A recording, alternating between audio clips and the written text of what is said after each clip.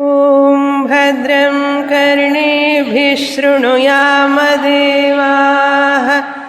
భద్రం పశ్యేమాక్షభిర్యజత్రాః స్థిరైరంగైస్తుష్ట్వాగుం సస్తనూభిః వ్యశేమదేవహితం యదాయుః స్వస్తి న ఇంద్రో వృద్ధశ్రవాః స్వస్తి నః పూషా విశ్వవేదాః నస్తార్క్ష్యో అరిష్టనేమిః స్వస్తి నో బృహస్పతిర్దధాతు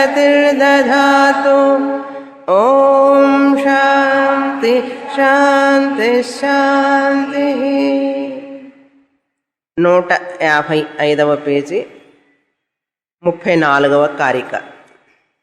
నిగృహీతస్య మనసః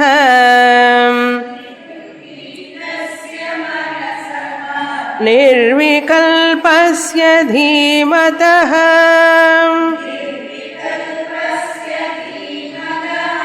ప్రచారः సతు విజ్ఞేయః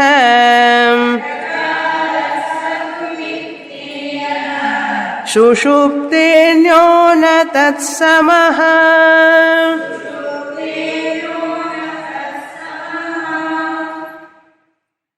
ఈ శ్లోకంలో గౌడపాదాచార్యుల వారు నిద్రపోతున్న వ్యక్తికి జ్ఞానికి ఏమిటి భేదం అనే విషయాన్ని చెప్తున్నారు.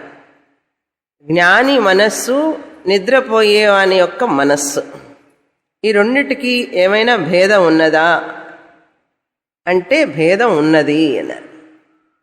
ఎలా చెప్తున్నారు ఆ విషయం ఇక్కడ అంటే, ముందు నిద్రపోయే వ్యక్తి గురించి ఆలోచిద్దాం. సుషుప్తే అన్నారు. నిద్రపోయే వాని యొక్క సుషుప్తే అంటే ఏమిటి? ఏ వ్యక్తి అయితే నిద్రపోతున్నాడో ఆ వ్యక్తి యొక్క మనస్సు ఎలా ఉంటుంది మనకు తెలుసు. మనస్సు నిగ్రహింపబడింది. అక్కడ ఏ విషయాలు తెలియవు మనస్సుకి, ఎటువంటి బాహ్య విషయాలు మనస్సుకి తెలియవు. మనం నిద్రపోయేటప్పుడు నిగృహీతం మనస్సు, అదొకటి. వికల్పాలేమీ లేవు అందులో. నేను, నా వాళ్ళు, వస్తువులు వికల్పం అంటారు దీన్ని. ఈ త్రిపుటి లేదు, వికల్పాలు లేవు అంటే ద్వైతము లేదు అని అర్థం. వికల్పాలు లేవంటే ఏమిటి? నేను, వాళ్ళు, అది, ఇది అనే ద్వైతం, రకరకాలుగా చూసే ద్వైతం లేదు నిద్రలో. ఆ నిద్ర పోయినంతసేపు అలాగే ఉంటాడు. 6 గంటలు, 7 గంటలు, 8 గంటలు, ఎంతసేపు నిద్రపోతే అంతసేపు ఆ ద్వైతం లేని స్థితిలో ఉంటాడు, అద్వైత స్థితిలో ఉంటాడు. కానీ మెలకువ రాగానే అన్నీ వచ్చేస్తాయి. మెలకువ రాగానే అన్నీ కనపడతాయి. నేనున్నాను, నా ఇల్లు, నా వాళ్ళు, నా పిల్లలు, నా వస్తువులు ఇవన్నీ కనపడతాయి మెలకువ రాగానే. అంటే ఏమిటి? మెలకువ రాగానే ద్వైతం వచ్చింది అని అర్థం. అతను ద్వైతాన్ని చూస్తాడు మెలకువ రాగానే. ద్వైతాన్ని ఎలా చూస్తాడు? సత్యం అనుకుంటూనే చూస్తాడు. ఈ శరీరం సత్యం, నా పిల్లలు, నా ఇల్లు, నా బ్యాంక్ బ్యాలెన్స్ అన్నీ సత్యం. నిద్ర ఉన్నంతసేపే అద్వైతం స్థితి. నిద్ర నుంచి లేవగానే ద్వైతం వచ్చేస్తుంది. అప్పుడు అతని యొక్క అద్వైత స్థితి అనిత్యమే కదా, నిత్యం కాదు కదా, అనిత్యం.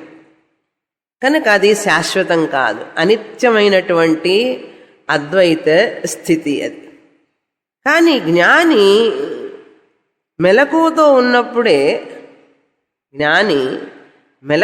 ఉన్నప్పుడే విషయాలు చూస్తున్నప్పటికీ కూడా అవి సత్యం కాదు అని నిగృహీతం అంటే జ్ఞానం పొందినటువంటి మనస్సు.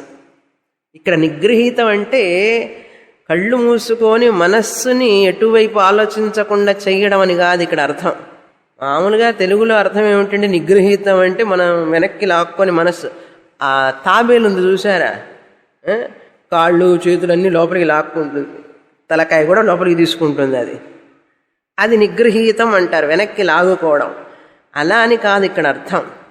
ఇక్కడ నిగృహీతం అంటే జ్ఞాని తన మనస్సుకు ఒక వేదాంత శ్రవణ శిక్షణ ఇవ్వడం వలన, వేదాంత శ్రవణం గురువు దగ్గర చెయ్యడం వలన ఆ మనస్సు అనేటువంటిది అంతకుముందు అజ్ఞానంతో బాధపడుతున్న మనస్సు, అన్ని సమస్యలతో బాధపడుతున్న మనస్సునికి కొంచెం ట్రైనింగ్ ఇచ్చాడు. సోమవారం క్లాసుకు వెళ్ళి ట్రైనింగ్ ఇచ్చాడు మనస్సుకి, ఒక మంచి మార్గంలో పెట్టాడు ఆ మనస్సుని.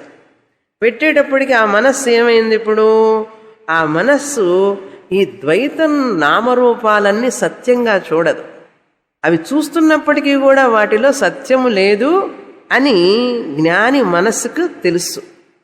ఎలా తెలిసింది జ్ఞాని మనస్సుకి? భగవద్గీత చదివి, ఉపనిషత్తులు చదివి, మళ్ళీ చదివి, తిరిగి చదివి, ఎన్నోసార్లు చదవడం వల్ల ఆ జ్ఞానికి ఇవన్నీ చూస్తున్నా కానీ నేను ఇవన్నీ సత్యం కాదు అని జ్ఞాని మనస్సుకి తెలుసు. అప్పుడేం మనస్సు? అది జ్ఞానం పొందినటువంటి మనస్సు. అర్థమైందా? జ్ఞానం పొందడం వల్ల అతను జ్ఞాని అయినాడు. ఆ జ్ఞానం ఉన్న మనస్సుతో చూస్తున్నాడు వస్తువులని, తన శరీరాన్ని, ఈ నామరూపాలన్నీ కూడా. చూసినప్పటికీ కూడా అవి సత్యం కాదు, అనుభవానికి ఉన్నప్పటికీ కూడా అవి నిజంగా పుట్టలేదు, వాటికి నిజంగా ఉనికి లేదు, అవన్నీ మాయా వలన మనకు కనిపిస్తున్నాయి అని చెప్పి జ్ఞానికి తెలుస్తుంది. అది నేను పోయిన వారం చెప్పాను కదా, మీరందరూ కుండ విషయంలో జ్ఞానులు. గుర్తుందా? కుండ లేదు అని చెప్పడంలో మనందరం ఇప్పుడు ఎంత శక్తి ఉంది మనకు. చూడండి, ఘంటాపదంగా చెప్తాం. ఘంటాపదంగా అంటే ఏమిటి తెలుసా? గంట కొట్టినట్టు అనమాట.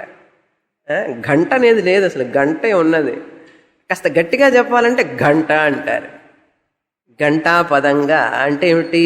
ఇంకా దాంట్లో సందేహమే లేదు అనే విధంగా చెప్తామా లేదా? కుండను చూస్తున్నప్పటికీ కూడా కుండ లేదని చెప్పగలుగుతున్నామా లేదా? ఎలా చెప్పగలుగుతున్నాము? ఈ మనస్సుకి మనం విని విని విని ఆ గురువు గారు చెప్పే మాటలు విని మనం అర్థం చేసుకొని, నేను కుండను చూస్తున్నప్పటికీ కూడా అక్కడ కుండనే వస్తువు లేదు, అక్కడ మట్టి మాత్రమే ఉన్నది అని తెలుసుకున్నాం కదా. పెద్ద కుండైనా సరే, చిన్న కుండైనా సరే, ఏ కుండైనా కూడా మట్టి మట్టే. ఇప్పుడు మరి మనం కుండ చూస్తుంటే ద్వైతం చూస్తున్నామా, అద్వైతం చూస్తున్నామా? ఇక్కడ ఒకటే మట్టి, ఆ కుండ మట్టి అని రెండు చూస్తున్నారా? ద్వైతమా అద్వైతమా? ఇది అద్వైతం. మట్టే కుండగా కనపడుతున్నది. అదేవిధంగా జ్ఞానికి తురీయ ఆత్మే ప్రపంచంగా కనపడుతున్నది. కుండ అర్థం చేసుకోవడానికి కొన్ని సంవత్సరాలు పట్టిందా లేదా? ఫస్ట్ క్లాసులో అర్థమైందా? కాలేదుగా. ఎన్ని సంవత్సరాలు, ఎన్నిసార్లు చెప్పుంటాను. కుండ కూడా అరిగిపోతున్నది పాపం, పట్టుకొని పట్టుకొని పట్టుకొని ఎన్ని కుండలు మార్చానో ఇప్పటికీ. అందుకని మొదటి క్లాసులో ఏమీ అర్థం కాలేదు మనకు కూడా. అది వినగా వినగా వినగా వినగా అర్థమైంది. దయానంద స్వామీజీ లెక్చర్లో కూడా 4-5 కుండల దగ్గర పెడతారు వారికి. ఇవన్నీ చూపిస్తుంటారు, పెద్ద కుండ, చిన్న కుండ అన్ని పెట్టుకొని ఎగ్జాంపుల్స్ చూపిస్తుంటారు. అదేవిధంగా ఇప్పుడు ఈ జగత్ అనేది కూడా తురీయ ఆత్మ కంటే వేరు కాదు. తురీయ ఆత్మే జగత్తుగా కనపడుతున్నది అంటుంది శాస్త్రం. కనుక ఇది అర్థం కావడానికి మనకి ఇంకా కొంతకాలం పడుతుంది అంతే. కానీ సత్యం సత్యమే కదా. ఎలా అండి అని అంటే కొన్ని ఉదాహరణలు చూస్తాం. ఉదాహరణకి కొంచెం విశ్లేషణ చెయ్యాలి. ఎలా ఈ జగత్తంతా కూడా సత్యం కాదు, ఇది తురీయ ఆత్మ అంటున్నారే ఏ విధంగా అంటే, ఇప్పుడు ఈ ప్రపంచంలో ఉన్న వస్తువులు మనం చూస్తున్నాం, తెలుసుకుంటున్నాం. క్రిందటి వారం చెప్పాను, ఆలోచన మనస్సు. మనస్సు అనేది ఏమీ లేదు, ఆలోచనల యొక్క కలయిక. అన్ని ఆలోచనలే మనస్సునిగా మారింది. మనస్సు అని పేరు పెట్టాం. మళ్ళీ గుర్తు చేస్తాను, ఆ టాపిక్ చాలా ముఖ్యం. కంటిన్యూయేషన్ అనమాట. ఆలోచన అనేదాన్ని ఏమంటామండి? ఆలోచన, నేను దాని గురించి ఆలోచిస్తున్నాను, దీని గురించి ఆలోచిస్తున్నాను. ఆలోచన మనసులో వచ్చింది అంటే ఒక వస్తువు కనపడింది మనసుకి, అవునా? నువ్వు దేని గురించి ఆలోచిస్తున్నావు అన్నాడు. మా అబ్బాయిని గురించి ఆలోచిస్తున్నాను అన్నాడు. అయితే మా ఇంటి గురించి ఆలోచిస్తున్నాను అంటాం. ఏదో ఒక విషయం చెప్పాలి కదా, అవునా?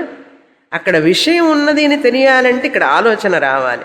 ఇక్కడ ఆలోచన వచ్చిందంటే ఒక విషయం ఉండాలి, అవునా? ఆలోచన వచ్చింది అంటే ఒక విషయం పట్టుకొనే ఉంటుంది ఆ ఆలోచన. విషయం ఉన్నది అని తెలియాలంటే ఆలోచన ఉండాలి. రెండు ఒకదాని మీద ఆధారపడి ఉన్నాయా లేదా? ఇప్పుడు ఎలాగంటే మన చెవులు దిబ్బిళ్ళు ఎక్కుతాయి అప్పుడప్పుడు. దిబ్బిళ్ళు ఎక్కడ ఉండే తెలుసా? చెవులు దిబ్బిళ్ళు ఎక్కుతాయి, వినపడవు. ఒక్కొక్కసారి పెద్ద ఉత్తరకాశీ అట్లా పై కొండల మీదకి వెళ్ళినప్పుడు చెవులు దిబ్బిళ్ళు ఎక్కుతాయి. విమానంలో కాసేపు వెళితేనే చెవులు దిబ్బిళ్ళు ఎక్కుతాయి, వినపడవు. దిగిన తర్వాత కాసేపటికి పనిచేస్తాయి, చాలాసేపు తర్వాత. విమానం నుంచి దిగితే ఎప్పటికో పనిచేస్తాయి, అప్పటి వరకు మనకు చెవులు ఉన్న సంగతే మనకు తెలియదు. ఇప్పుడు మన చెవు పనిచేస్తుందా లేదా అంటే ఏం చేయాలి? ఒక చిటికి వేసుకోవాలి, ఇట్లా చిటికి వేస్తే వినపడుతోంది అంటే నా చెవు పనిచేస్తుంది అని తెలియడానికి దేని మీద ఆధారపడి ఉంది? శబ్దం మీద ఆధారపడి ఉంది. ఇది శబ్దము అని తెలియాలంటే ఇది దేని మీద ఆధారపడి ఉంది? చెవు మీద ఆధారపడి ఉంది. జాగ్రత్తగా గమనించండి. మన చెవు పనిచేస్తుందా లేదా అని చెప్పి ఒక్కొక్కసారి మనకి అనుమానం వచ్చినప్పుడు ఏం చేస్తాం? ఇలా చిటికి వేసుకుంటాం. అది వేసుకుంటే ఉన్నది, చెవు పనిచేస్తుంది. ఈ శబ్దం వినాలంటే చెవు మీద ఆధారపడి ఉంది. చెవు ఉంటే ఉన్నదని తెలియాలంటే శబ్దం ఉండాలి. అది ఒక్కటేనా? కళ్ళు, మన కళ్ళు పనిచేస్తున్నాయా లేదని ఎట్లా తెలుస్తుంది? ఫలానా వస్తువు చూస్తే, ఈ పుష్పం చూస్తే ఆహా కళ్ళు పనిచేస్తున్నాయండి. అందుకే కళ్ళ డాక్టర్ దగ్గరికి వెళితే బోర్డు పెడతాడు, పెట్టి అక్షరాలు చదివిస్తాడు, ABCD అట్లా రాసి, చిన్న అక్షరాలు, మీడియం సైజు, పెద్ద సైజు. ఇది చదువు నాయనా అంటాడు. ఫస్ట్ పెద్ద అక్షరాలు బాగా చదువుతాం, మిడిల్ అక్షరాలు కొంచెం బాగా చదువుతాం, చిన్న అక్షరాలు కష్టం అంటాం. అయితే కళ్ళజోడు పెట్టుకో అంటాడు. ఒకడన్నాడు బోర్డు ఎక్కడుందని అడిగాడు. అక్షరాలు చదవయ్యా అంటే దేని మీద ఉన్నాయండి అన్నాడు. బోర్డు మీద ఉన్నాయి అన్నాడు. బోర్డు ఎక్కడుందండి అన్నాడు. అంటే ఇంకా వాడికి ఎట్లాంటి గ్లాసులు పెట్టాలి? అట్లాగే మన కళ్ళు ఉన్నాయా అని తెలియాలంటే ఒక వస్తువు ఉంటేనే మనకు తెలుస్తుంది. ఆ వస్తువు ఉన్నది అని దానికి ఒక ఉనికి ఉండాలి అంటే కళ్ళు మీదనే ఆధారపడి ఉన్నది. అది చూసారా? ఒక వస్తువు ప్రతిదీ కళ్ళకు సంబంధించిన వస్తువు రూపం కంటి మీద ఆధారపడి ఉంది. కన్ను పనిచేస్తున్నదా లేదా అని తెలియాలంటే వస్తువు మీద ఆధారపడి ఉంది. అందుకే మన పిల్లల్ని ఏం చేస్తాం? కళ్ళు బాగా పనిచేస్తున్నాయా లేదని చెప్పి వాడికి చిట్టుకు లేసి ఇటు తిప్పుతారు చెయ్యి. ఎటైనా చూస్తాడా, అన్ని వైపులా చూస్తాడా లేదా అని. చేశారా లేదా మీరందరూ? చిన్నప్పుడే నెలల పిల్లలప్పుడు వాళ్ళకి చెవు దగ్గర వేసి ఇట్లా వేసి, అందుకని ఇట్లా అనగానే వాడు చూస్తాడు, అమ్మాయి చెవులు పనిచేస్తున్నాయి రా అంటాడు, కళ్ళు పనిచేస్తున్నాయి అంటాడు. అదేవిధంగా ముక్కు ఒక్కొక్కసారి పనిచేయదు మనకు. కనుక వాసన వస్తుందా లేదా అని ఎట్లా తెలుస్తుంది? ఇప్పుడు ఈ పుష్పానికి వాసన ఉన్నది లేదని చెప్పంటే ముక్కు మీద ఆధారపడి ఉంది. ఈ పుష్పం వాసన ఉన్నది లేనిది ఎవరి మీద ఆధారపడి ఉంది? ముక్కు మీద ఆధారపడి ఉంది. ఇప్పుడు నా ముక్కు పనిచేస్తుంది లేదని తెలియాలంటే ఏం చేయాలి? వాసన చూస్తే ముక్కు పనిచేస్తుందండి అంటాడు. చూసారా? ఇట్లాగే నాలుక అంతే, స్పర్శ అంతే, ప్రతి ఇంద్రియం అంతే. చెయ్యి పనిచేస్తుందా లేదా అంటే ఎత్తి చూస్తే తెలుస్తుంది. చెయ్యి లేవడం లేదంటే పనిచేయడం లేదన్నాడు. దాని లక్షణం దానికి కనపడాలి. ఇప్పుడు ఈ వస్తువులు ఇవన్నీ కూడా ప్రపంచానికి సంబంధించినవి. అర్థమైందా? ఈ ఇంద్రియాలు నాకు సంబంధించినవి, ఈ ప్రపంచము, ఈ నామరూపాలు ఇవన్నీ కూడా, ఈ ఇంద్రియాలు ఇవన్నిటికీ ఉనికి, ఇవంతా కూడా మిథ్యా అన్నాం. ఇవన్నీ కూడా మిథ్యా. ఎందుకనండి మిథ్యా అన్నారు? ఎందుకా? కుండ మిథ్యా అన్నారు. ఏది మిథ్యా? నిజంగా లేకుండా ఉన్నట్లుగా ఏది కనపడుతుందో అది మిథ్య. మిథ్య అంటే ఏమిటి? కనపడుతుంది, నిజంగా ఉండదు. ఏది నిజంగా లేకుండా ఉన్నట్లుగా కనపడుతుందో అది మిథ్యా. అర్థమైందా? ఏది ఉన్నట్లుగా కనపడుతుందో నిజంగా లేకపోయినా అది మిథ్యా, అది నిజం కాదు అన్నారు కదా. అదేవిధంగా ఈ వస్తువులు ఇవన్నీ కూడా ఉన్నట్లుగా కనపడుతున్నాయి కనుక ఒకదాని మీద ఎందుకు మిథ్య అన్నామంటే కుండ అనేది మట్టి మీద ఆధారపడి ఉన్నది కనుక ఏదైతే ఆధారపడి ఉంటుందో అది మిథ్య కనుక. ఇది లా పాయింట్. ఎన్ని పెద్ద లా పాయింట్ మాట్లాడుతూ ఉన్నారు. లా పాయింట్ అన్నీ ఇక్కడే కరెక్ట్గా అర్థం చేసుకోవాలి. మిథ్య అని ఎందుకు అన్నారండి మీరు అన్నారు. ఏదైతే తన ఉనికి కోసం మరొక దాని మీద ఆధారపడి ఉంటుందో అది మిథ్య. కుండ మిథ్య. కుండ తన ఉనికి కోసం మట్టి మీద ఆధారపడి ఉంది కనుక అది మిథ్య. అర్థమైందే? కుండ మిథ్య అన్నాను. మట్టి ఉన్నది, కుండ లేదు, అది మిథ్య అని ఎందుకన్నాను? కుండ అనే పేరు, కుండ అనే రూపం అది మట్టి మీద ఆధారపడి ఉండడం వల్ల పరతంత్రం కనుక అది మిథ్య. స్వతంత్ర సత్తా లేదు. దేనికైతే స్వతంత్రమైనటు ఉనికి సత్తా లేదో అది మిథ్య. అవునా?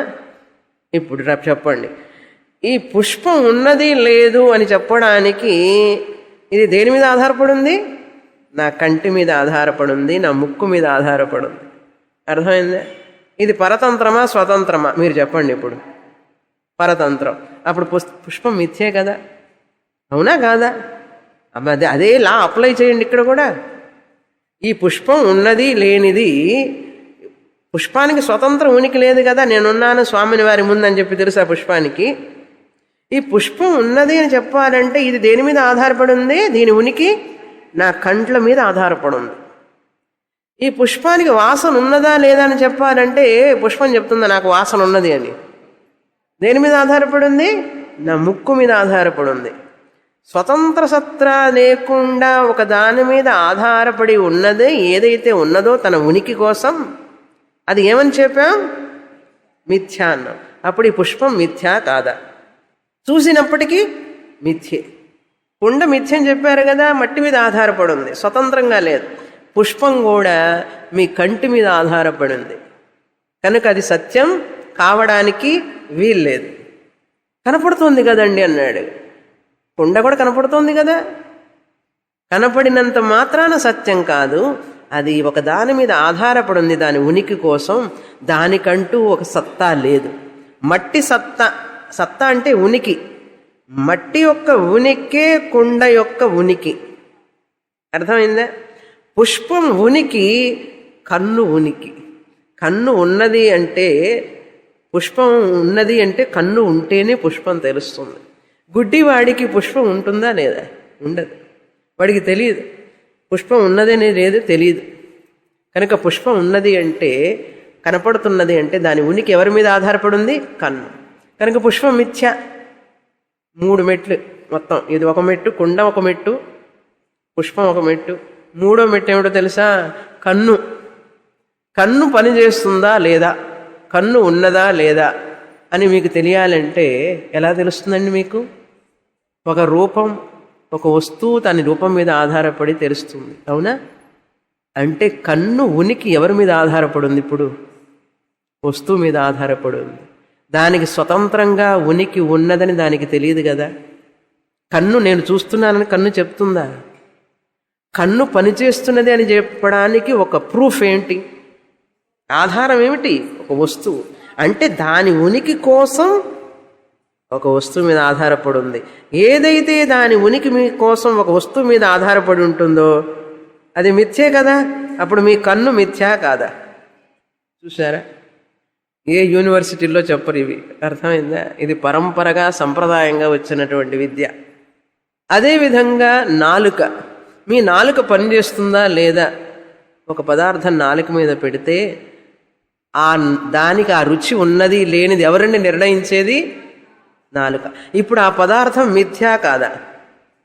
ఎందుకంటే దానికంటూ స్వతంత్రంగా ఉనికి లేదు. అది ఉనికి రసగుల్లా, గులాబ్ జామ్ ఎవరిని నిర్ణయించేది? దాన్ని నాలుక. అదేవిధంగా నాలుక పనిచేస్తుందా లేదా అని చెప్పాలంటే నాలుకకు తెలుసా? అది వస్తువు పైన ఆధారపడింది. ఇట్లా చూసుకుంటూ పోతే మీరు నామరూప ప్రపంచం మొత్తం కూడా ఈ మనస్సు మీద ఆధారపడింది.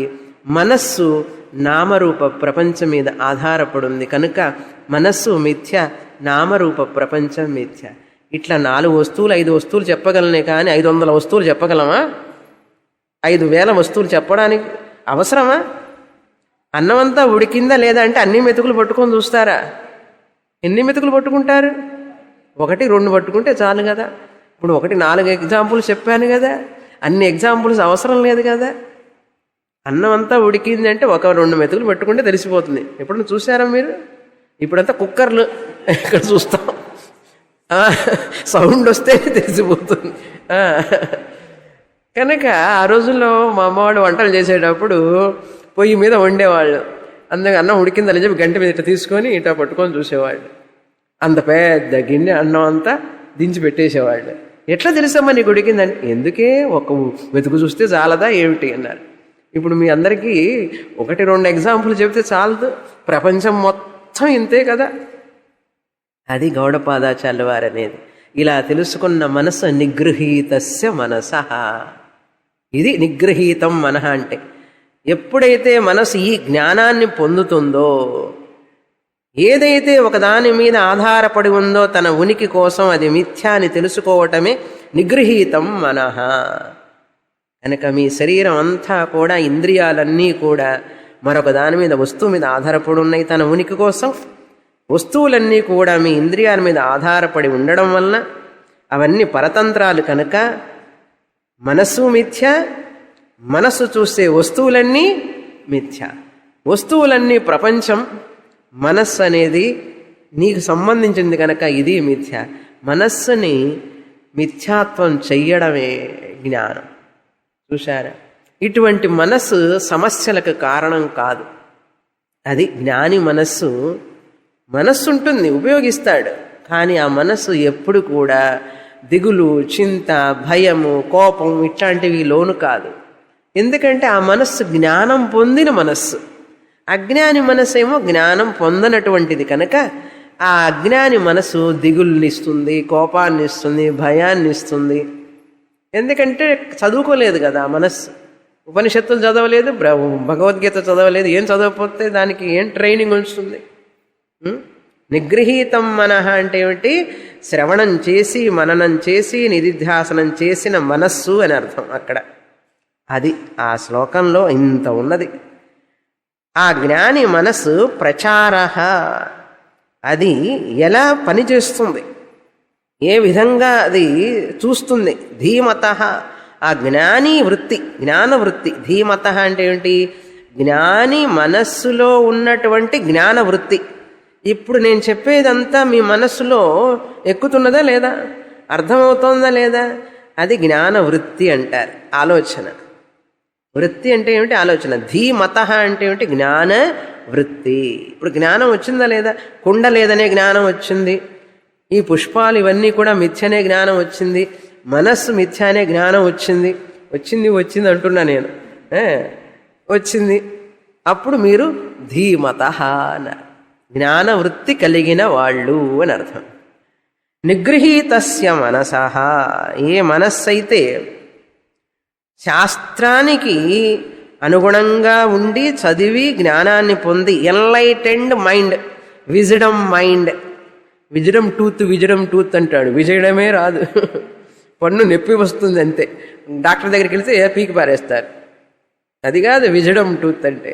ఇది విజడమ్ టూత్ అంటే నిజమైన విజడం అన్నారు. అది నిగృహీతస్య మనసు అంటే జ్ఞానం పొందినటువంటి మనస్సు. నిర్వికల్పస్య, నిర్వికల్పస్య అంటే ఈ ద్వైతాన్ని చూస్తున్నా కూడా నిజంగా ఆ ద్వైతం అనేది లేదు అని తెలిసింది. ఆ ద్వైతం అనేది నిజం కాదు, మిథ్య అని తెలిసింది మనకు చూస్తున్నప్పటికీ కూడా. ఎందుకంటే అది దాని ఉనికి నా మీద ఆధారపడి ఉంది.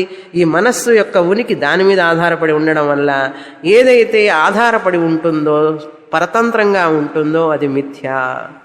దానికంటూ స్వతస్సత్తా లేదు. అందుకని ఈ జ్ఞానికి ఇవన్నీ కూడా ద్వైతం చూస్తున్నా కూడా నిర్వికల్పంగానే కనపడతాయి, వికల్పం లేకుండానే కనపడతాయి. మీకు ఈ కుండలో ద్వైతం చూస్తున్నారా, అద్వైతాన్ని చూస్తున్నారా? ఇప్పుడు ఒక మట్టినే కదా చూస్తున్నారు, కుండ మట్టి రెండు చూస్తున్నారా? స్వామిని నేను కుండ చూస్తాను, మట్టి చూస్తానన్నా. మట్టినే కుండగా చూస్తున్నావు నువ్వు, ఒకటే ఉన్నది, రెండు లేవు అక్కడ. అది నిర్వికల్పస్య. అర్థమైందా? మీరు కుండని ఎట్లా ఒక్క కుండని ఎలా చూడగలుగుతున్నారు? జ్ఞాని ప్రపంచం మొత్తాన్ని అట్లా చూస్తాడు. చూసేటప్పుడే, కుండను తీసేసి కాదు, కుండను పగలగొట్టి కాదు, కుండ పగలగొట్టిన తర్వాత మట్టిగా చేసి చూడటం కాదు. కుండ చూస్తున్నప్పుడే నేను ద్వైతాన్ని చూడడం లేదు, వికల్పాన్ని చూడడం లేదు, అద్వైతం అనే మట్టిని చూస్తున్నానని మీకు జ్ఞానం వచ్చిందా? మీకు కుండ గురించి వస్తే జ్ఞానికి ప్రపంచం మొత్తం రావడానికి ఏమిటి పెద్ద సమస్య? మనకే వస్తే ఆయనకి ఎందుకు రాదు? అవునా? ప్రపంచం మొత్తం కూడా చూస్తున్నప్పటికీ కూడా, ద్వైతం కనపడుతున్నప్పటికీ కూడా ఇది సత్యం కాదు అని జ్ఞానికి తెలుస్తుంది. అది జ్ఞాన వృత్తి, అఖండాకార వృత్తి అంటారు. నిర్వికల్పస్య అంటే అది అర్థం. అంటే మనస్సు అనేటువంటిది ఒక ప్రకృతే కదా, మ్యాటరే కదా. అది మనస్సు అంటే ఏమిటండి చెప్పండి? మనస్సు ఇట్లా ఉంటుందండి మనస్సు అని చెప్పగలరా? ఆలోచనల సమూహమే కదా. ఆలోచనలన్నీ కూడా ఒక వస్తువును పట్టుకొని ఉన్నాయి. అసలు ఆ వస్తువు నిజంగా లేనే లేదు కనుక ఆ ఆలోచనలు, వస్తువు, మనసు అన్నీ కూడా మిథ్యా, నిర్వికల్పం. విజ్ఞేయ అని నువ్వు తెలుసుకోవాలి అంటున్నారు. ఇది విషయాన్ని తెలుసుకోవాలి ప్రతి ఒక్కరు. ఆత్మజ్ఞానం అంటే ఇదే. ఆత్మే సత్యం. అవునండి, అన్ని మిథ్యా అంటారు, అసలు ఉన్నది సత్యం ఉందా లేదా అని అడిగితే ఈ మిథ్య అనేది అది కనపడటానికి ఒక ఆధారం ఉండాలి కదా. అసలు విషయానికి వస్తాం ఇప్పుడు. కుండ మిథ్య అన్నాం, కుండ కనపడటానికి ఆధారం ఏమిటి? మట్టి. అవునా? ఈ విషయంలో మట్టి సత్యం, కుండ మిథ్య అన్నాం. ఒక మిథ్య అంటే ఒక వస్తువు ఉన్నట్లుగా కనపడటానికి కూడా ఒక ఆధారం ఉండాలి. అవునా? ఎండమావి నీరు చూస్తున్నాం, ఎండమావి నీరు చూస్తున్నాం, ఆ నీరు కనపడటానికి అక్కడ మేము ఇసుక ఉండాలి. బీచ్ దగ్గరికి వెళ్ళి ఆ మెరిసేటటువంటి కాలి చిప్ప, దాంట్లో వెండి కనపడుతుంది. వెండి కనపడటానికి అదొకటి ఉండాలి కదా, ఆధారం ఉండాలి కదా. తాడు మీద పాము చూసాం, పాము ఎట్లా కనపడింది నీకు? ఏమీ లేకుండా కనపడిందా? తాడు ఉంటే కదా పాము కనపడుతుంది. అదేవిధంగా ఈ ప్రపంచం అంతా కనపడుతున్నది అంటే ఏమిటి? ఈ మనస్సు, ఈ ఆలోచనలు ఇవన్నీ పుడుతున్నాయి అంటే దీనికి ఆధారం ఒకటి ఉండాలి కదా. ఈ మిథ్యా ప్రపంచానికి ఈ పుష్పము చూసేది మిథ్య అన్నాను, ఈ పుష్పం కంటితో చూస్తున్నాం కాబట్టి కన్ను మిథ్య అన్నాను, చెవులు మిథ్య, ముక్కు మిథ్య, నాలుక మిథ్య. ఈ మిథ్య అనే దానికి ఒక ఆధారం ఉండాలా లేదా? ఆ లేని వస్తువు కనపడటానికి కూడా ఒక ఆధారం కావాలండి. అవునా? కుండ కనపడటానికి మట్టి కావాలా లేదా? డెస్క్ కనపడటానికి చెక్క కావాలి, వుడ్ ఉండాలి. అదేవిధంగా ఈ జగత్తంతా కనపడటానికి ఎవరుండాలి? తురీయ ఆత్మనైన నేను ఉంటేనే. చూసారా? కనుక తురీయ ఆత్మనైన నేను సత్యం, నా మీద ఈ మిథ్యా ప్రపంచమంతా ఉన్నట్లుగా కనపడుతున్నది. అది విషయం. విజ్ఞేయ. తెలుసుకున్నారా? తెలుసుకున్నట్లుగానే ఉన్నామండి అంటారా? పర్వాలేదు, తెలుసుకుంటారు. కనుక ఒక వస్తువు అది ఉన్నట్లుగా కనపడుతున్నది అంటే దేని మీద కనపడుతున్నది అనేది ఒక సత్యం కదా. అది ఆ సత్యమైన వస్తువు తురీయ ఆత్మ. ఇక్కడ ఆత్మ చైతన్యం. అర్థమైందా? అది విజ్ఞేయ. ఈ జ్ఞానానికి నిద్రపోయేవాడికి సుషుప్తేహే తత్ అన్యః. నిద్రపోయేవాడికి ఏమీ కనపడవు, వాడు నిర్వికల్పంలోనే ఉన్నాడు, భేదం లేదు వాడికి. అది వేరే అంటున్నారు ఆయన. వాడికి నిత్యమైనటువంటిది కాదది. వస్తువులు నిజంగా చూడకపోయినప్పటికీ వాడు ద్వైతాన్ని చూడకపోయినా జ్ఞాని చూసే అద్వైతం వేరు. ద్వైతాన్ని చూస్తున్నప్పటికీ కూడా జ్ఞానికి అద్వైత జ్ఞానం మెలకువతో ఉన్నప్పుడు వచ్చేది. నిద్రపోయినప్పుడు కూడా మనకు కూడా శాంతంగా ఉంటుంది, ప్రశాంతంగా, ఏమీ తెలియదు, భేదమే తెలియదు. అంటే సుషుప్తేహే అన్యః. జ్ఞానికి, ఈ జ్ఞానానికి, అద్వైతానికి అంటే సుషుప్తి ఎందుకు పోలుస్తున్నారంటే, జ్ఞానికి ఈ ప్రపంచం బాధించదు, నిద్రపోయేవాడిని కూడా బాధించదు. చూసారా, అది అన్యః అంటున్నారు. ఎందుకంటే అది అనిత్యం, ఆ నిద్రపోయినంతసేపే ఉంటుంది. అది మెళుకు రాగానే మళ్ళీ బాధలు. అదొకటి. అంతేకాదు, నిద్రపోతున్నప్పుడు ఆ యొక్క అజ్ఞానం అంతా బీజ రూపంలో ఉంది, పోలే. మనసులో ఉన్న అజ్ఞానం పోలే అతనికి. ఇతనికి మెలకువతో ఉన్నప్పుడే జ్ఞానం వచ్చింది. నిద్రపోతున్నప్పుడు ద్వైతం కనపడకపోవచ్చేమో, కానీ అద్వైతం ఉన్నట్లుగా అనిపిస్తుంది. కానీ ఆ మనస్సులో అజ్ఞానం పోయిందా? అటు పోతే అందరూ నిద్రపోతేనే సరిపోతుంది. ఎందుకు మాండుక్యోపనిషత్తు క్లాసుకి రావక్కర్లేదే. నిద్రలోనే అందరికీ అద్వైత జ్ఞానం వచ్చేసింది అనుకోండి, మనందరం క్లాసులు చదవక్కర్లేదు. అక్కడ అజ్ఞానం బీజ రూపంలో ఉంటుంది, పూర్తిగా పోదు. అందుకని మెలకువ రాగానే మళ్ళీ సమస్యలు, ప్రాబ్లమ్స్, దిగుళ్ళు, చింత అన్నీ వస్తాయి మెలకువ రాగానే. జ్ఞానికి మెలకువలో ఉన్నప్పుడు కూడా దిగులు, చింత ఉండదు. ఇది జ్ఞానం పొందిన మనస్సు. అక్కడ జ్ఞానం పొందని మనస్సు, ఆ అజ్ఞానం బీజ రూపంలో ఉన్నది నిద్రలో. నిద్రలో కూడా ప్రశాంతంగా ఉంటాం, జ్ఞాని ప్రశాంతంగా ఉంటాడు. ఏమండి, ఆయన ప్రశాంతం, ఈయన ప్రశాంతం, ఏమిటి డిఫరెన్స్ అని అడిగితే ఏం చెప్తారు మీరు? అక్కడ కొంచెంసేపేనండి, తాత్కాలికం. ఇక్కడ జ్ఞాని జీవితాంతం ఆనందంగా ఉంటాడు. అజ్ఞాని, నిద్రపోయేవాడు కొంచెం సేపే. కనుక మీకు ఎటువంటి జ్ఞానం కావాలి? వచ్చేపోయే సుఖం కావాలా? నిజమైన సుఖం కావాలంటే, అందుకని మెలకువతో ఉన్నప్పుడే గురుముఖంగా వినే జ్ఞానమే నిజమైన సుఖాన్ని, శాంతిని ఇస్తుంది. కానీ ఏదో తాత్కాలికంగా మనసుని, సమాధి కూడా మీరు అప్లై చేసుకోవాలి. ఇక్కడ ఆయన చెప్పలే, మనం సప్లై చేసుకోవాలి. సమాధిలో ఉన్నప్పుడు కూడా ప్రశాంతంగా ఉంటుంది, వికల్పాలు ఉండవు, ప్రపంచం తెలియదు, ద్వైతం తెలియదు. అది శాశ్వతమా? అక్కడ కూడా అజ్ఞానం బీజ రూపంలో ఉన్నది. సమాధిలో కూడా, యోగ సమాధిలో అక్కడ నువ్వు టెంపరీగా సస్పెండ్ చేశావు మనస్సుని, విషయాలు చూడకుండా. ఆ యోగ సమాధిలో కూడా సమాధి స్థితి ఉన్నంతసేపే ఆ అద్వైతం, నిర్వికల్ప స్థితి, నిర్వికల్ప సమాధి అన్నాడు. ఎన్ని గంటలు కూర్చుంటావు? లేచి రావాలి కదా. కొద్ది రోజులకో కొన్ని వారాలకో లేచి వస్తాడు. మళ్ళీ రాగానే మళ్ళీ ప్రపంచం అంతా చూస్తాడు. ఇదంతా ఎందుకండి, మళ్ళీ సమాధిలోకి పోతానంటాడు. ఎందుకు గొడవ? అది అనిత్యమే. చూసారా, సుషుప్తేహే సమాధేహే. సమాధిలో వచ్చేది అనిత్యమే. అక్కడ జ్ఞానం రాలేదు వాళ్ళకి, అజ్ఞానంలోనే ఉంది మనస్సు. ఎంత ముఖ్యమైన కారిక చూసారా. విజ్ఞేయ నిగృహీతస్య మనసః ధీమతః సహా ప్రచార. ప్రచార అంటే ఏమిటి? ఆ మనస్సు అన్ని విషయాలను చూస్తున్నప్పటికీ కూడా, వ్యవహారంలో ఉన్నప్పటికీ కూడా ఆ మనస్సు సమస్యలనివ్వదు.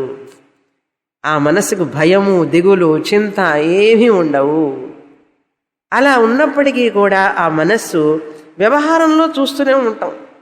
మన పనులు మనం చేసుకుంటూనే ఉండొచ్చు, ఏం మార్పు లేదు. హాయిగా మ్యూజిక్ సీజన్లో మ్యూజిక్ ప్రోగ్రాంలకు వెళ్ళండి, చుట్టాలు వస్తే రిసెప్షన్కి వెళ్తే వెళ్ళండి, పెళ్ళిళ్ళు వెళ్ళండి, సినిమాలు చూడాలనుకుంటే సినిమాలు చూడండి, కొత్తగా రిలీజ్ అయినవి ఏవైనా ఉంటాయి కదా జనం, వాటికి మనకి ప్రాబ్లమే లేదు. అవన్నీ వాటి మరి ఆవిడ జరుగుతూ ఉంటాయి. ప్రపంచంలో ఉన్నాం కదా, మరి కొంచెం వ్యవహారం ఉంటుంది కదా. అంత మాత్రం చేత నేను ఆత్మ కాకుండా పోతానా? అలా తిరుగుతున్నప్పటికీ కూడా అవి నన్ను బాధించవు, అవి నన్ను ఏమీ చెయ్యలేవు. అర్థమైందా? నన్ను ఏమీ చేయలేవు అవి. ఎందుకంటే నా మనస్సు జ్ఞానాన్ని పొందింది కాబట్టి. ఈ ఎన్లైటెండ్ మైండ్ ఏం చేస్తుందంటే ప్రాబ్లంని ప్రాబ్లం లేనిదానిగా కన్వర్ట్ చేసేస్తుంది. అది విషయం. Converting the problematic mind into non problematic mind. కాస్త ట్రైనింగ్ ఇచ్చి, దానికి కాస్త బుద్ధి చెప్పి, జ్ఞానాన్ని ఇచ్చి, ఇప్పుడు పో ప్రపంచంలోకి. ఇప్పుడు నువ్వేం ఎవరే చేయలేరు, అది తట్టుకుంటుంది అన్నిటికీ. లేకపోతే ఏమవుతుందంటే అక్కడ కాస్త మాట్లాడడం కానీ, ఇక్కడ ఎవరన్నా మాట్లాడడం కానీ, అమ్మో బాధలు వచ్చేస్తాయి, రకరకాల బాధలు వస్తాయి. దేనికి తట్టుకోలేదు. జ్ఞాని అన్నిటికీ తట్టుకుంటాడు. అది తేడా. స్థిత ప్రజ్ఞస్య కా భాష అన్నాడు. జ్ఞాని ఎలా ఉంటాడో తెలిసిందా ఇప్పుడు? ప్రచార సహ ప్రచార ధీమత నిగృహీతస్య, అటువంటి వ్యక్తి అన్నారు. అంటే ఏమిటి? మనస్సు నుంచి బయటపడ్డాడు, మనస్సు మిథ్యాత్వం చేసేసాడు. మనస్సును ఉపయోగిస్తున్నా కూడా మనస్సులో ఉన్న గందరగోళానికి లోను కాడు. అది బ్రహ్మన్ తురీయ ఆత్మ నామరూప, ఈ రెండు కలిపితేనే కదా మనస్సు. నామరూప మిథ్యాత్వం చేసిన తర్వాత తురీయ ఆత్మని నేను అలాగే ఉంటా, వ్యవహారం చేస్తున్నప్పటికీ కూడా. తర్వాత కారిక 35. లీయతే హి సుషుప్తే తత్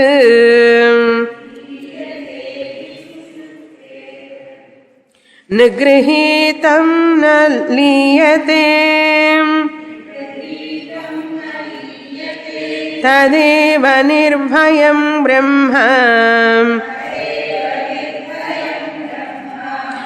జ్ఞానలోకం సమంతతః.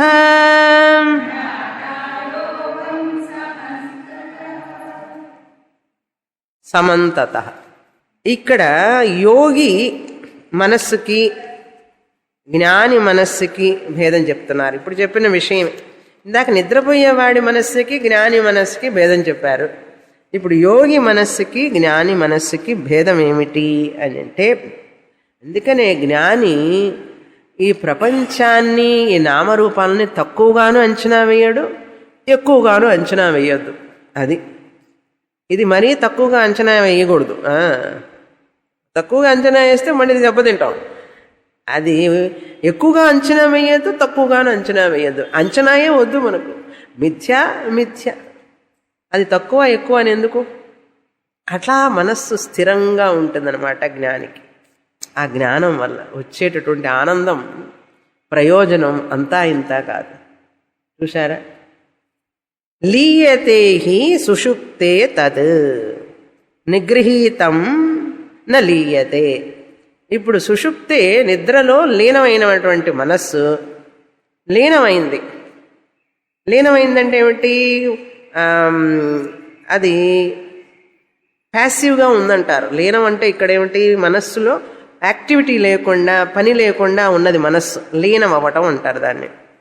లీయతే నిగృహీతం నిర్వికల్పం ఇవన్నీ ఉన్నాయి. లీయతే మనస్సు, మనస్సు లీనమవుతుంది సుషుప్తే. కానీ నిగృహీతస్య మనః న లీయతే. జ్ఞానం పొందినటువంటి మనస్సు లయించిపోతుందా? లయం పొందదు. అది పని చేస్తున్నదా లేదు? ఇప్పుడు మనస్సు నిద్రలో పని చేస్తుందా? పని చేయదు. జ్ఞాని మనస్సు పని చేస్తుందా లేదా? జ్ఞాని ఏదో లోకంలో ఉంటారు అనకండి. జ్ఞాని ఈ లోకంలోనే ఉంటాడు, పని చేస్తూనే ఉంటుంది. కానీ ఆ మనస్సు నిజం, సత్యం కాదు, మిథ్యాత్వ నిశ్చయం చేసిన మనస్సు. జ్ఞానం పొందిన జ్ఞాని మనస్సు లీనం అవ్వదు. లీనం కావాల్సిన పని లేదు. అర్థమైందా? లీనం కావాలి మనస్సు. ఎందుకంటే మనస్సు ఉంటే బాధలండి, హాయిగా ఉంది నిద్రపోయేటప్పుడే అని అంటాడా జ్ఞాని? ఇప్పుడు జ్ఞానం వచ్చిన మనస్సు మనల్ని బాధిస్తుందా? జ్ఞానం వచ్చిన తర్వాత ఆ మనస్సు బాధించదు. అసలు అది కాదు. ఇంకా విషయం ఏంటంటే, మిథ్యాత్వం అయిపోయిన తర్వాత నిజంగా లేదన్నప్పుడు అది ఎట్లా బాధిస్తుంది మనల్ని? అది మిథ్యా అని తెలిసిన తర్వాత అది బాధిస్తుందా? ఏమండి, పాము లేదని తెలిసింది, పరిగెట్టిపోతారా?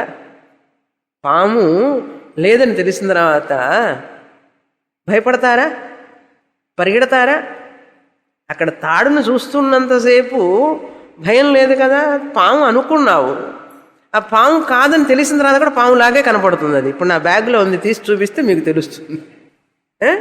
పాములాగే ఉంది కదా. అది కూడా పాములాగా ఉన్నటువంటి తాడు పాముని కాదని తెలిసిన తర్వాత పాము రూపంగా చూస్తున్నా కూడా భయం ఉంటుందా? ఉండదు. ఎందుకని? ఎందుకని పెద్ద టెస్ట్ ఇప్పుడు మీకు. ఎందుకనంటే అక్కడ లేదు, అది మిథ్య, అది సత్యం కాదు. జ్ఞాని మనస్సు కూడా అంతే. జ్ఞానికి మనస్సు ఉందా లేదా? ఉన్నది. మరి ఆయనకి దిగులు, చింత, భయం ఉండవా? ఆ మనస్సు నిజం కాదని ఆయనకి తెలుసు. జ్ఞానికి తెలుసు, లేకపోతే ఆవిడికి తెలుసు. ఆడవాళ్ళు కూడా ఉంటారు కదా జ్ఞానం, ఆవిడకి ఆయనకి తెలుసు. కనుక ఆ మనస్సు లీయతే, మనస్సు ఉన్నది, హాయిగా పనిచేస్తున్నది.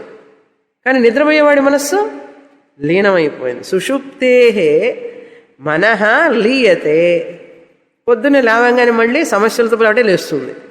జ్ఞానికి ఆ బాధ లేదు. మనస్సు చూసారా, చదువుకున్న వాడికి చదువుకోని వాడికి ఏమిటి తేడా తెలుస్తుందా లేదా? అదేవిధంగా జ్ఞానం పొందిన మనస్సుకి జ్ఞానం పొందని మనస్సుకి డిఫరెన్స్ ఉన్నది కదా. అది జ్ఞాని మనస్సు. కనుక ఆ జ్ఞాని మనస్సు ఎటువంటి మనస్సు? మిథ్యాత్వం చేయబడినటువంటి మనస్సు, జ్ఞానం పొందినటువంటి మనస్సు. రెండు చెప్పుకోవాలి. ఫస్ట్ జ్ఞానం పొందింది ఆ మనస్సులో, జ్ఞానం వచ్చిన మనస్సు. ఇప్పుడు మీకు మీ మనస్సుకి, మీ ఇంట్లో వాళ్ళు క్లాసుకి రాని వాళ్ళకి మనస్సుకి భేదం ఉందా లేదా? మీకు మీ మనస్సుకి ఆ రోడ్డు పోయే వాళ్ళ మనస్సుకి భేదం ఉందా లేదా? మీరే చెప్పండి. అంత దాకా ఎందుకు అసలు, ఇప్పుడే ఇక్కడే నిర్ణయిస్తాం, సరిపోతుంది. మీరు ఇన్ని సంవత్సరాల నుంచి చదువుతున్నారు కదా, మీ యొక్క జ్ఞానానికి వాళ్ళ మనసులో ఉన్న జ్ఞానానికి భేదం ఉందా లేదా? అదేవిధంగా నిద్రపోయేవాడి మనస్సు లీనం అవుతుంది, జ్ఞాని మనస్సు లీనం కాకపోయినప్పటికీ కూడా ఆ మనస్సు లీనమైనట్లే. నిద్రపోయేటప్పుడు వాడి మనస్సును లీనమవ్వడం వల్ల ఎంత ప్రశాంతంగా ఉన్నాడో చూడండి. అసలు విషయం, నిద్రపోయేటప్పుడు ఆ జ్ఞాని మనసు లీనమవ్వడం వల్ల ఎంత ఆనందంగా ఉన్నాడో, ఈ జ్ఞాని మెలకువతో ఉన్నప్పుడు మనసు లీనం కాకపోయినా కూడా అంతే ఆనందంగా ఉన్నాడు. చూసారా, అర్థమైందా? అంటే ఏమిటి? ఆ మనస్సు లీనం కాకపోయినా కూడా, అది ఉన్నప్పటికీ కూడా అది భూషణం నతు దూషణం. అది ఒక అలంకారం జ్ఞానికి మనస్సు. అర్థమైందా? ఇప్పుడు మనస్సు భారమా? మనోభారంగా ఉందండి చాలా అన్నాడు. ఎందుకు నాయన అన్నాడు. ఆ సమస్య ఈ సమస్య అంటే ఏమిటి? నువ్వు సత్యత్వాన్ని ఇచ్చావు, మనస్సు గురించి బాధపడుతున్నావు, అవన్నీ మిథ్యా వస్తువులని నీకు తెలియలేదు, అందుకనే బాధపడుతున్నాడు. కూతురు అట్లన్నదే, కొడుకు అట్లన్నాడు, అల్లుడు ఇట్లన్నాడు, సర్వెంట్ బాధ, డ్రైవర్లు బాధ, ఇవన్నీ బాధలు. అవన్నీ జ్ఞానం వచ్చినంత మాత్రాన పోవు, అవన్నీ ఉంటాయి. వాళ్ళు అట్లాగే ఉంటారు మనుషులు, వాళ్ళు మారరు.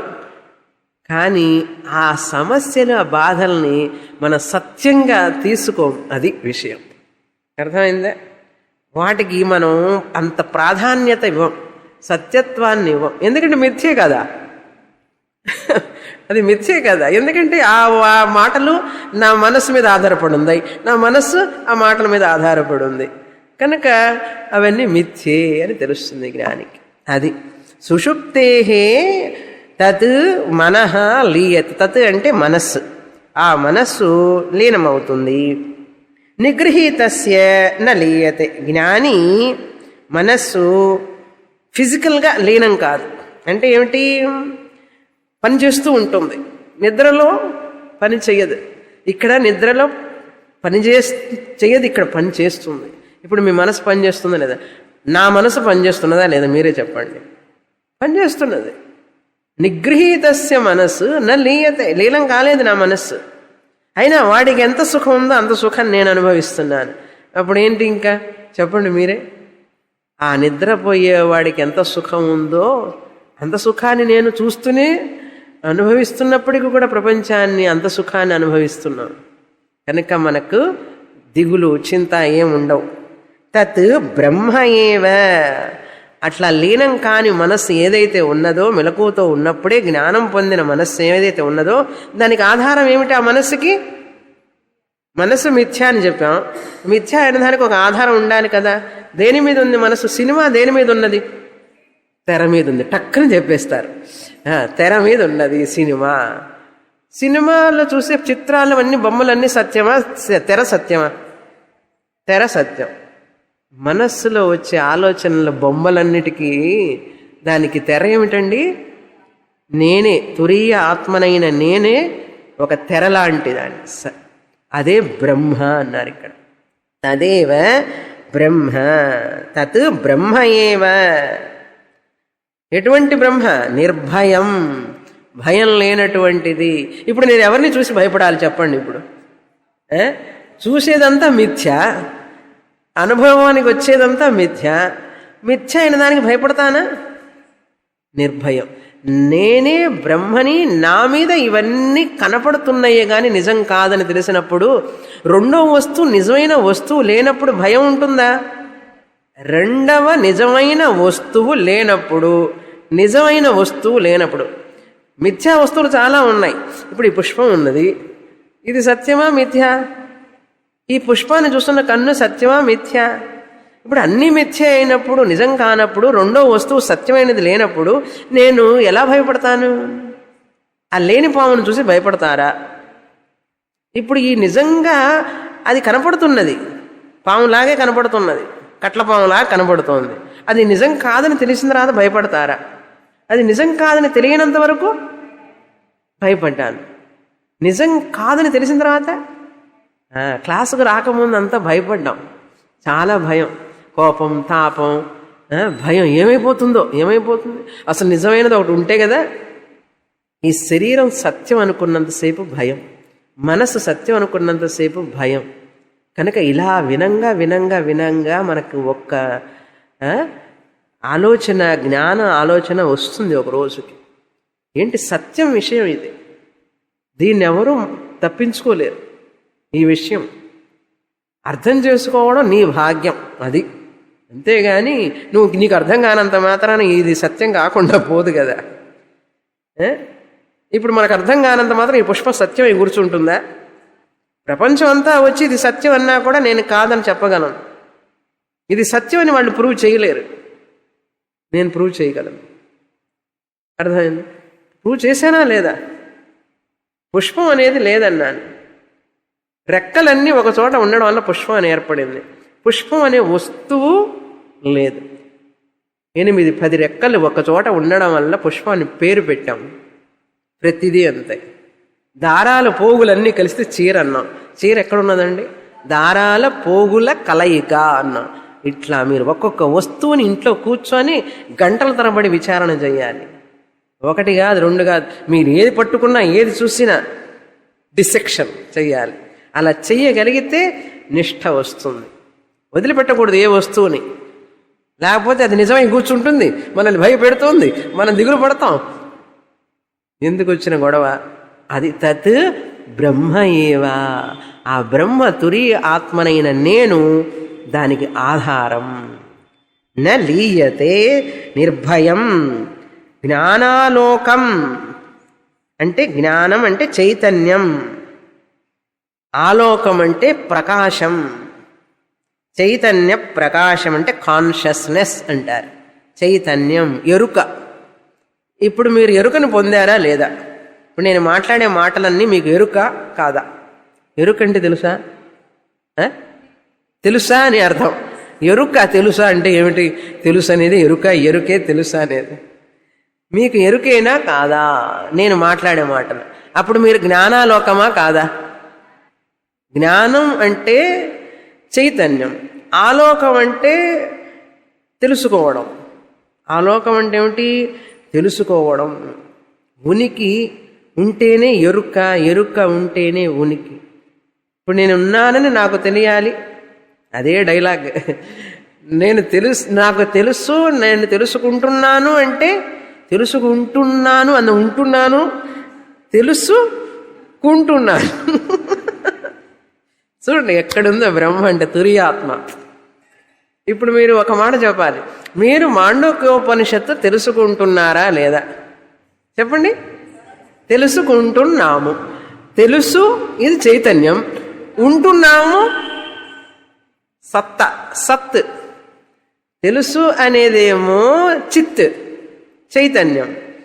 ఉంటున్నాము అనేటువంటిది సత్, సత్యం. కనుక సత్యం, జ్ఞానం, అనంతం బ్రహ్మ. ఎక్కడ విన్నాం? తైత్రీయం. ఇప్పుడు మీరు తెలుసుకుంటున్నాము అన్నారంటే, తెలుసు అంటేనేమో జ్ఞానం, ఉంటున్నాము అంటే సత్యం, సత్యం జ్ఞానం. ఏం చెప్పింది ఉపనిషత్తు? బ్రహ్మ అని చెప్పింది. అప్పుడు నేను తెలుసుకుంటున్నాను కనుక నేనెవరిని? బ్రహ్మని. తురియ ఆత్మ బ్రహ్మని. బ్రహ్మే తురియ ఆత్మ బ్రహ్మం నాంతఃప్రజ్ఞం న బహిష్ప్రజ్ఞం. కనుక బ్రహ్మం ఎక్కడుందండి ఇప్పుడు? ఎక్కడో లేదు, నేనే ఆ బ్రహ్మాన్ని. చూసారా? కనుక వేదాంతం వినడానికి మన మనస్సు తయారుగా ఉంటే చెప్పే గురువు వస్తాడు. అర్థమైందా? ఆ యొక్క మనకు సంకల్పం ఉండాలి. ఆ యొక్క చిత్తశుద్ధి మనకు ఉంటే గురువు చెప్తారు, మనకు అర్థమవుతుంది. దాంట్లో సందేహమే లేదు. ఇప్పుడు దేవుడు ఉన్నాడా లేడా? దేవుడు ఎంత దూరంలో ఉన్నాడు? అదే చెప్పబోతున్నాను నెక్స్ట్ శ్లోకంలో. ఉపచారము చెయ్యాలా ఇప్పుడు దేవుడికి మీరు? నిజంగా తురియం బ్రహ్మ చైతన్యం ఆత్మనైన నేనే ఆ పరమాత్మని తెలుసుకున్న తర్వాత నోపచార కథంచన అంటున్నారు. తర్వాత చూడండి 36. అజమనిద్రమస్వప్నం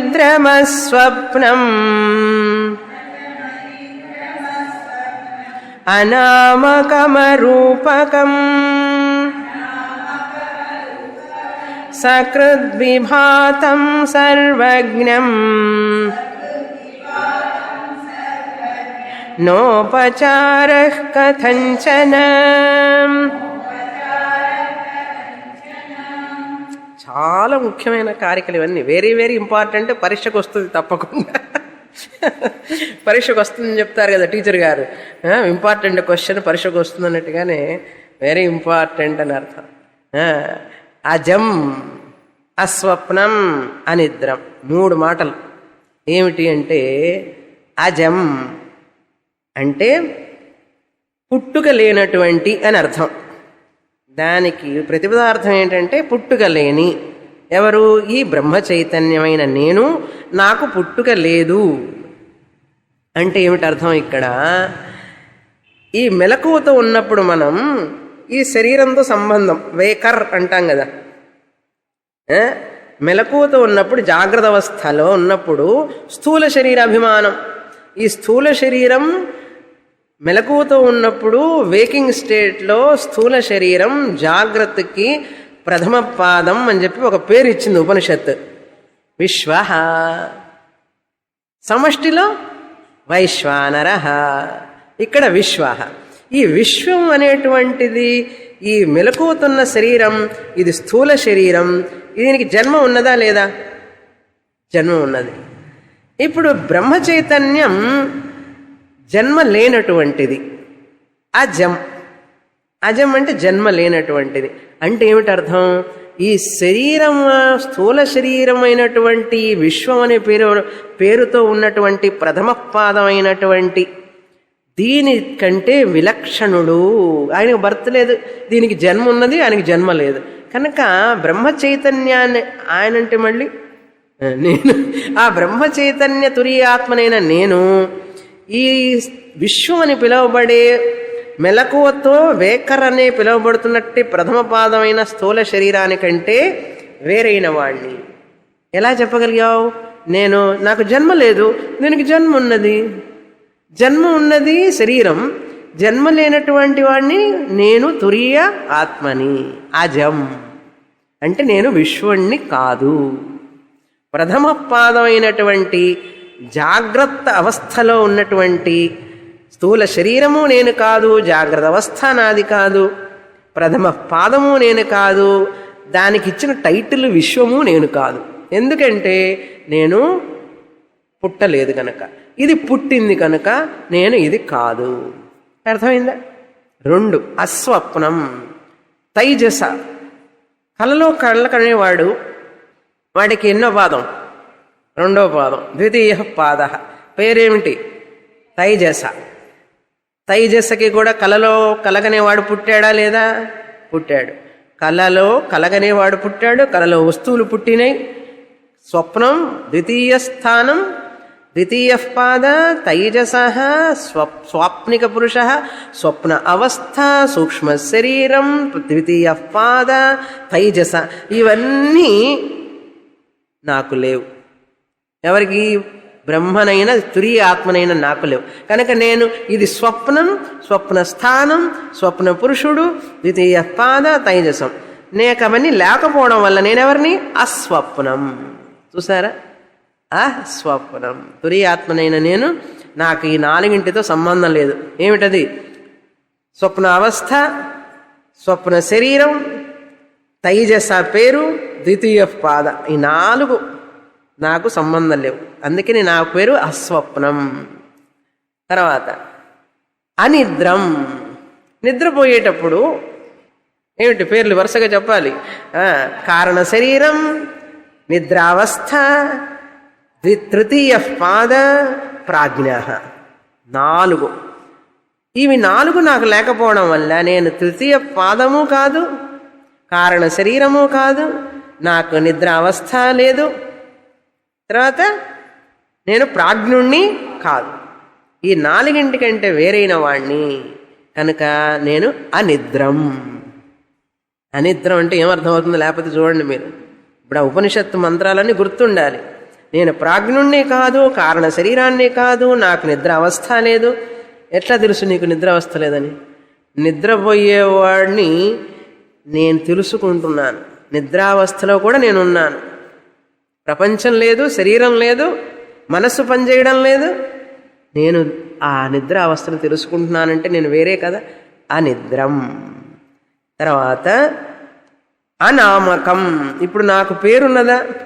ప్రథమ పాదము కాదు, ద్వితీయము లేదు, తృతీయం లేదు, విశ్వ కాదు, తైజస కాదు, ప్రాజ్ఞుని కాదు. మరి నేనెవరిని అన్నా? ఓంకారం ప్రథమ, తృతీయ మాత్రలు అకార, ఉకార, మకార, ఓంకార. ఈ 3 కలిపితే కదా ఓంకారం. ఓం అని చెప్పిన తర్వాత సైలెన్స్. అమాత్రశ్చతుర్థ.